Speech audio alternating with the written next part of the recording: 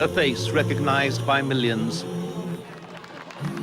A reputation admired worldwide. And a style all of his own. But who was the man behind the legend?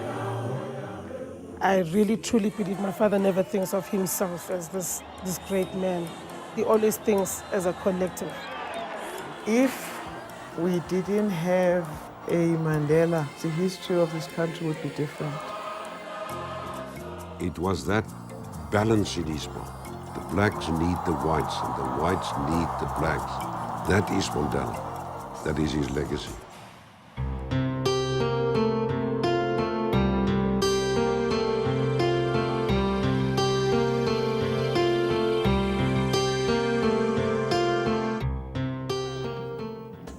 Nelson Rolihlahla Mandela was born in 1918 in a small village in South Africa. His name meant troublemaker, one who stirs things up. Later South Africans would call him Madiba, his clan name and an affectionate nickname. His father died when he was 9, so he went to stay with his uncle, a royal chief. Seeing the chief dispense justice set in motion a lifetime desire to fight for equality and democracy. At university, he studied law, but his political activities got him expelled. So he moved to Johannesburg, where he joined the African National Congress. The ANC was a political party opposed to South Africa's racial segregation. Known as apartheid, this system of government legally allowed for discrimination against those who were not white. He was the leader who was deliberately chosen by the African National Congress to be a symbol of resistance. Mandela was involved with creating the Freedom Charter, the ANC's blueprint for a non-racial democratic country. This got him arrested for treason, along with 155 others.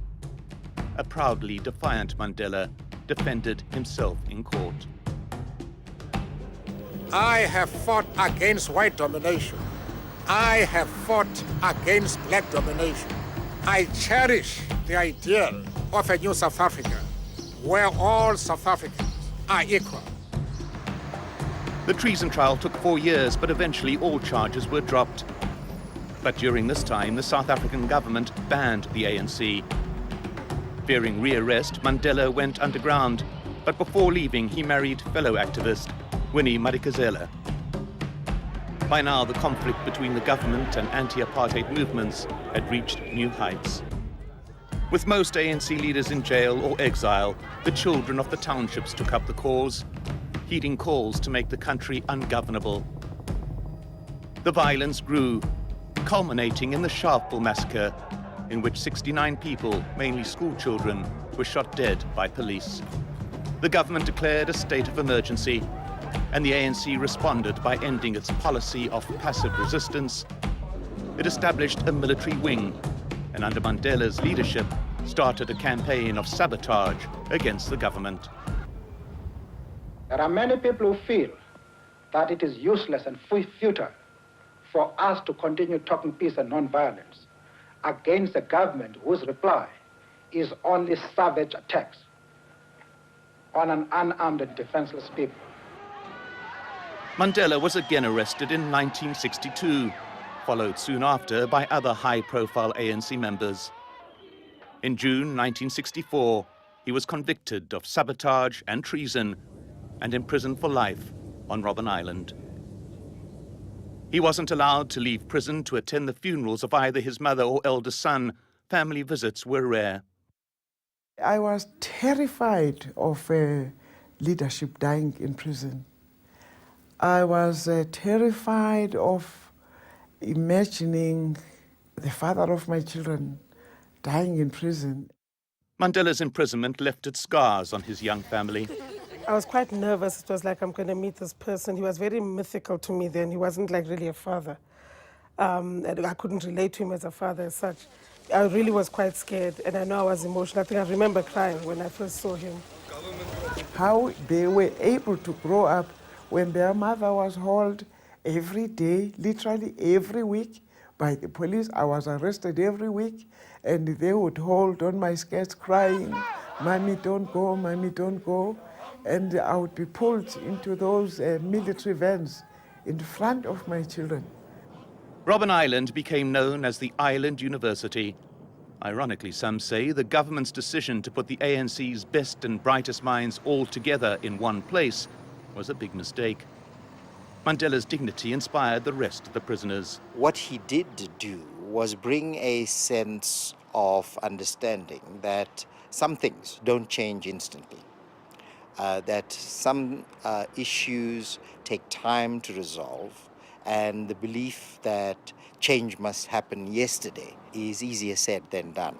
Many of us went in, we spent our 20s behind bars, arguably very energetic years when we should have been out there having fun, doing all the kinds of things that ordinary 20-year-olds would be doing.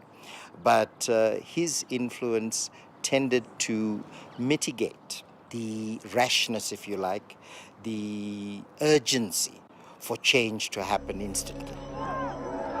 Tension simmered over the next decade until the 1976 Soweto riots again brought the apartheid regime to the attention of the world. Outbreaks of violence continued into the early 1980s as the resistance movement promised to bring the country to its knees. We are going to dismantle apartheid physically in this country. And as the violence on the outside continued, Mandela's years on the inside were damaging his health. His health was failing. He had suffered from TB. He had suffered also from prison conditions. I didn't care about what personal cost I would suffer as long as I kept their names in the front pages internationally. Pressure for Mandela's release was mounting. The South African government offered him freedom if he gave up his political activities. He refused and sent his daughter, Zinzi, to speak on his behalf. It was the first time the world had heard from Mandela in 2 decades. My father says, I cannot and will not give any undertaking at a time when I and you, the people, are not free. Your freedom and mine cannot be separated. On the one level, it was like I really longed to have this thing in my life that I've never had, but at the same time, I had to rise above it and say, and look at the bigger picture and say, I'd much rather have a proud father coming back home than one who was compromised. Amanda! To this day, I just thank God they have turned out to be what they are. Amazing children who have no bitterness at all, who do not say to Matiba and I, we chose the nation before them. Despite the personal cost to Mandela's family, his principled stance was working. At the Commonwealth meeting in 1987, Britain was the only voice standing out against imposing sanctions on the South African government. I will have nothing to do with any organization that practices violence. I've never seen anyone from the ANC and would not do so. The ANC says that they will target British companies. This shows what a typical terrorist organization it is. From terrorist to global civil rights icon, Mandela's reputation continued to grow. He refused to negotiate a power-sharing deal while still in prison. His uncompromising stance forced the government's hand. Good evening. President P.W. Botha and Mr. Nelson Mandela have met face-to-face in Tynhuis. I think it's also an extraordinary situation that a head of government should be talking to a prisoner. The rest of the world considers him to be the most important South African, but the South African government has never taken that view. I realized then, more than any other time, that as much as I wanted my father to come back home to me, he had actually come back to the nation, because we weren't even alone when we went to fetch him. And finally, after 27 years, Nelson Mandela became a free man on February the 11th, 1990. I have spoken about freedom in my lifetime. Your struggle, your commitment, and your discipline has released me to stand before you today. Amanda! The ANC and other political parties were unbanned. and the stage was set for a new era in South African politics. Mandela's charisma inspired his former political opponents. The day he was relieved, I asked myself, what now? Would that ideal for which he was prepared to die, would that have made him bitter, revengeful, vindictive? No, it didn't. It was the opposite. Well, I would like to be bitter, but I have no time to be bitter. There is work to be done. That work resulted in South Africa's first ever democratic elections. Millions queued for hours on the 27th of April 1994 to cast their vote for the first time. And 2 weeks later, Mandela became the first black president of the new South Africa. I, Nelson Mandela, do hereby swear to be faithful to the Republic of South Africa. So help me God.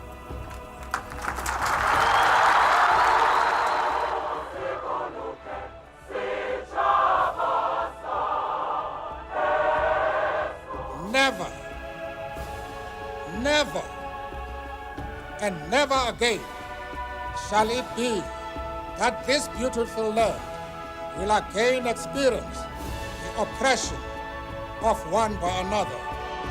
It was all beginning for Mandela, but as he inspired the world, he was also grappling with the way to bring back the missing family years. My dad came out, I had 3 children, and he would still say to me, "Thou shalt be back by 12:30. And I'd go, "Yeah, right." After 27 years in prison, Mandela had a lot of adjusting to do. He tried all those things of like, I'll lock you out, instructing the guards that when I come, he must be called, I'll be reprimanded, I'll be scolded.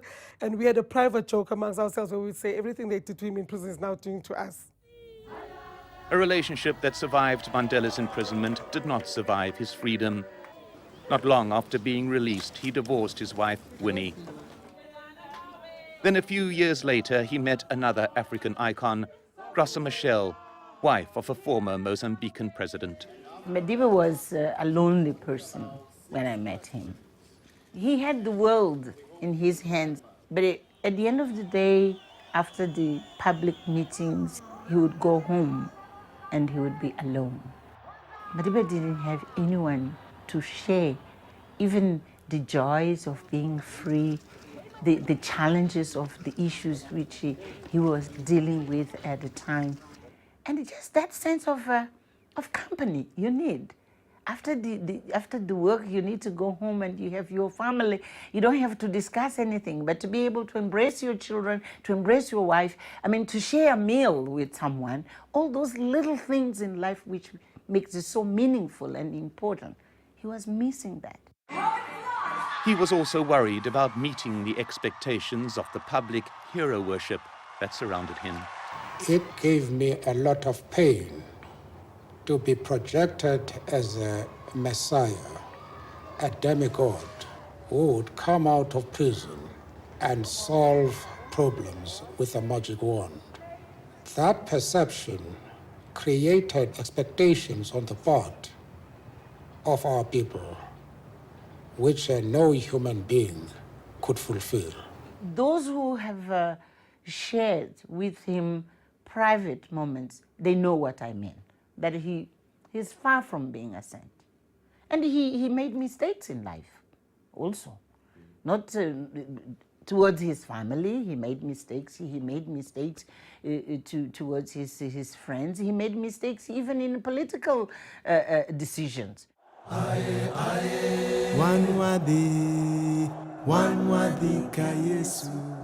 The Mandela years were particularly noticeable for the attempted reconciliation. And Mandela devoted most of his energies, particularly in the first 2 years of the presidency, to creating a reassurance amongst all sections of the population, especially the security services and the minority white population. Mandela brought a sense of hope to the country. It was a time of euphoria and nation building. To me, Mandela is like God. There's no one that I can compare him with. He did help build a new image for South Africa and managed to be friends with pretty much everyone. But Mandela wasn't content to only be a political figure. He wanted to use his celebrity status to embrace causes close to his heart. One of his first gestures as president was to give a percentage of his salary straight to charity. Already, he was distancing himself from his comrades, put his comrades, I think, in an untenable situation because many of them had to rely on those salaries because they had no largesse, they had no Nobel Prize winning, they had no awards that they could rely on, and they had no gifts from wealthy individuals. So Mandela could afford to give up that amount, but in doing so, he immediately enhanced the cult of the individual. Former enemies became friends as Mandela was feted around the world. He'd become a global icon, and it appeared everyone wanted a part of him. People will lionize him, and correctly so. But the individual is not what makes the difference. It is others around that individual. And in a way, he discounted many of his comrades who should have helped pull weight in the cabinet, and so they left it to the Mandelas. He also gets angry. I think people should know that. He gets angry. He is somehow stubborn. You need to convince him. You have to have a very good argument to make him change his mind. And one thing he refused to compromise on was his stay in office. Right from the beginning of his presidency, he made it clear that he would only serve for one term, and he handed over the reins of government to Thabo Mbeki in 1999. But although he was now officially retired, he didn't step down from the limelight. You know, like my father's a charmer, and he finds it very easy to talk, especially to children. Twinkle, twinkle, little star, how I wonder what you are. Up above the world so high, like a diamond in the sky. Yes? Everyone wanted to be photographed with him, to use his name at big events to attract public interest. He was happy to oblige, but his smile came with a price attached. Mandela wanted to use his celebrity status to raise as much money as he could for charities.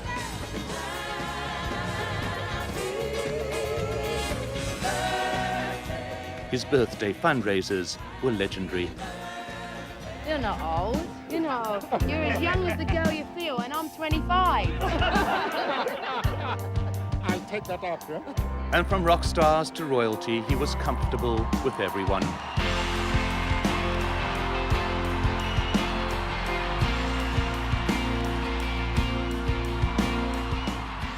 But communicating with his children was still a learning curve. My father doesn't know how to say sorry. You'll have to see from his actions that he's sorry. Like he'll have had on hindsight, maybe I was too hard on her, and then you'll see from the actions. But he will never say to you, darling, you were right and I was wrong and I'm sorry. Never. This is a proud Xhosa boy from the village because that's what they were taught. This is what a parent is and this is what like a man is, the authoritarian thing. So in that sense, he likes to be in control. This control was tested during a high-profile court appearance during his presidency. Mandela was asked to explain his actions when conducting an inquiry into racism in sport. Most South Africans felt it was wrong for him to have had to appear in court, but he handled it with his characteristic diplomacy. When we arrived at the court, the first thing he did was extend the hand of friendship to his enemy or the people, taking him to court. And when we had a tea break, I asked him about it, and what he said to me is, you shouldn't ever allow your enemy to dictate the grounds for battle. And it's so true, you disarm people by seeing things in a simple way and doing the unexpected, because they were all expecting a fight. But by extending that hand of friendship, it just made things easier for both sides, and that is what he's revered for. When he went into prison, he was a relatively young man, angry young man.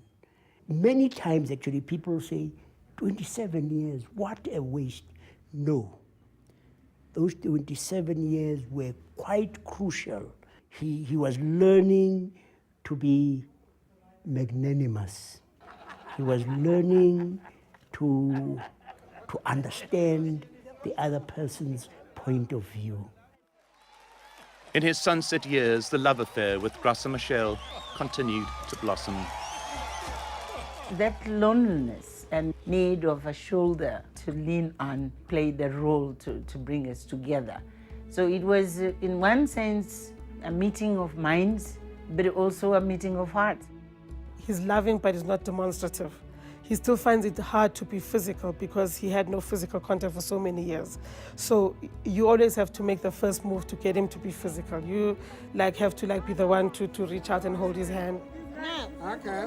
No, come. Madiba has allowed me to continue to be myself. That's one of the great things he offered me, is that he always respected my space. He always respected the causes I had embraced. He wouldn't allow me to travel. At that time, I was still traveling extensively. And he wouldn't mind, which I think even younger men would find it very difficult to accept that. For a man who has gone through the kind of experiences in life, he could become extremely possessive. He's not. Maybe that's what explains what really love means. You don't possess anyone, do you? After months of media speculation, Mandela's 80th birthday party also became his wedding day. My wife and I. And he again resigned from public life. I am now retiring from retiring. And this is for real. And I hope you'll allow me to rest. And if I have to call, I'll call myself. I would prefer that nobody should call me. Thank you. And although Mandela spent the rest of his life away from the public eye, he will always be remembered as a man who inspired the world. The world needs symbols to highlight the best of values we can find in certain human beings. We deliberately minimize his weaknesses and we minimize his vulnerabilities. And we give much more importance because that's what counts. If you like, we even overvalue what he means in goodness.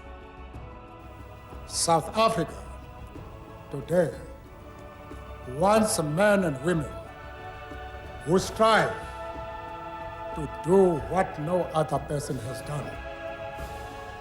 We require this for our country. It is your wish, every one of you, that when your last days on earth come, we should be able to say, here lies a person who did his duty on earth. I thank you.